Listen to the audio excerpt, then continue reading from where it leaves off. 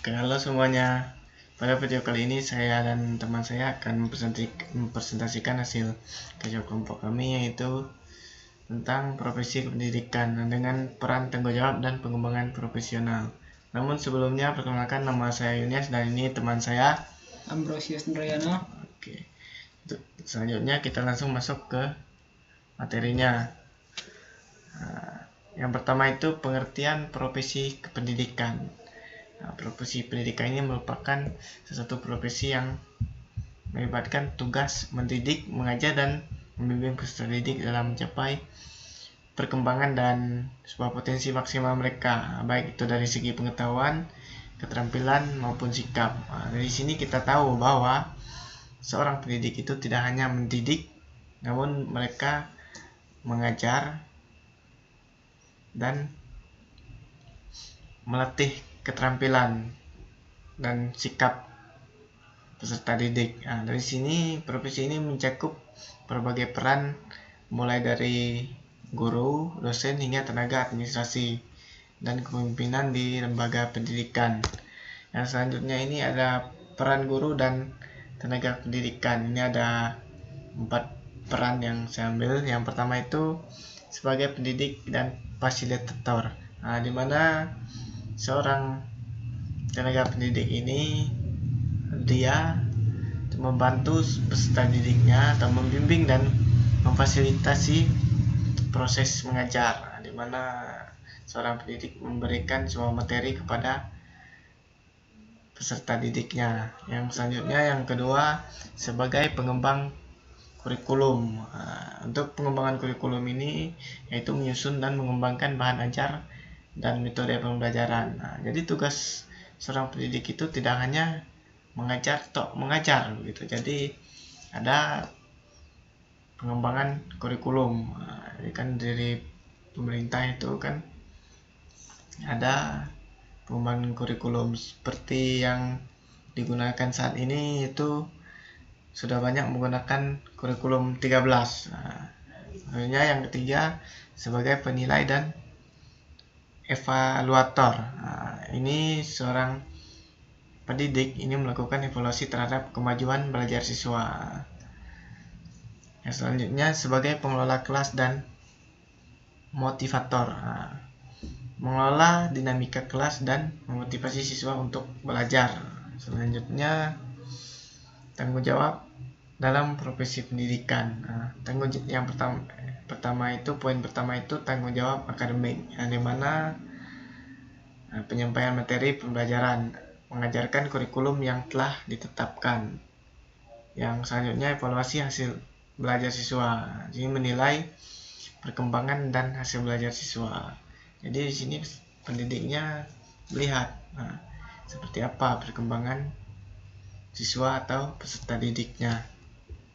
Selanjutnya tanggung jawab administratif, pengelola administrasi kelas, itu mengatur mengelola administrasi yang berkaitan dengan kelas. Yang selanjutnya dokumentasi dan laporan perkembangan siswa, ini mendokumentasikan laporan seperti apa perkembangan siswa dari sebelumnya sampai saat ini gitu. Selanjutnya tanggung jawab sosial, menjaga hubungan baik dengan siswa, orang tua, dan masyarakat.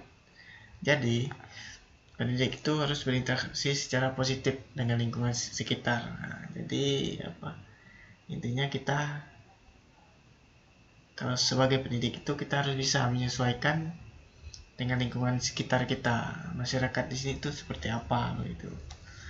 Yang selanjutnya menjadi teladan dalam moral dan etika, itu memberikan contoh yang baik dalam bersikap dan berperilaku. Oke, selanjutnya saya lanjutkan Ambrosius.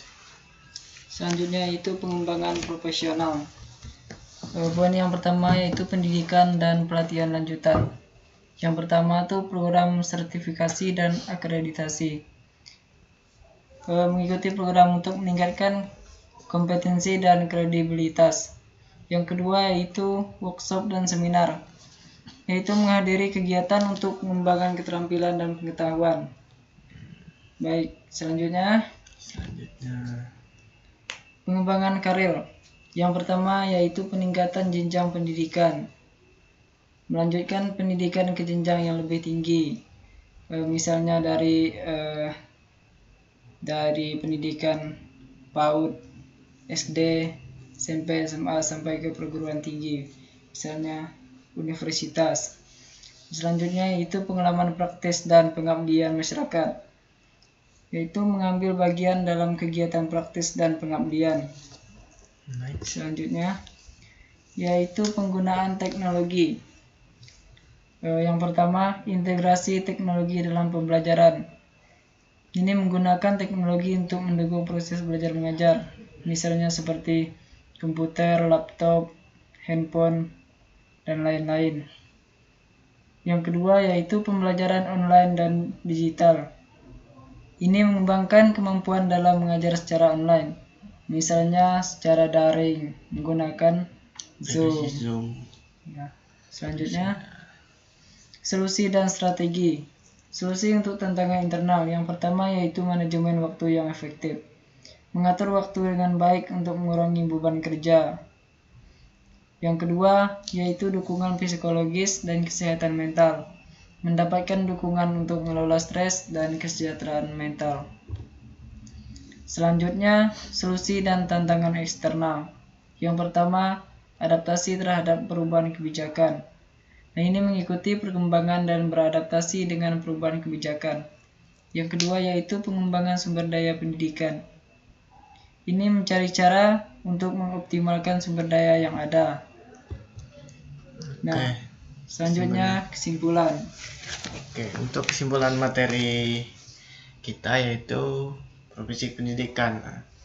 Memang peran penting dalam membentuk generasi masa depan.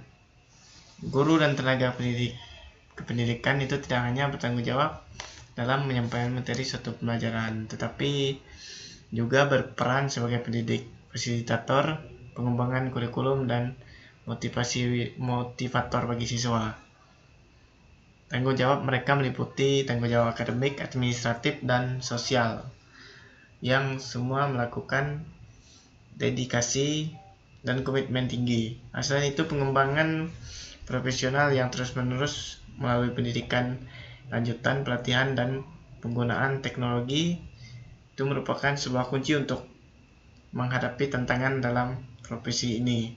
Nah, teknologi adalah kunci ya dalam menghadapi tantangan di era saat ini. Nah, dengan menghadapi tantangan internal seperti manajemen waktu dan stres, serta tantangan eksternal seperti perubahan kebijakan dan keterbatasan sumber daya, guru dan tenaga pendidikan harus mengembangkan solusi yang efektif, di mana seorang guru itu harus siap dengan perubahan. Nah, contohnya yang sering kita dengar perubahan kurikulum.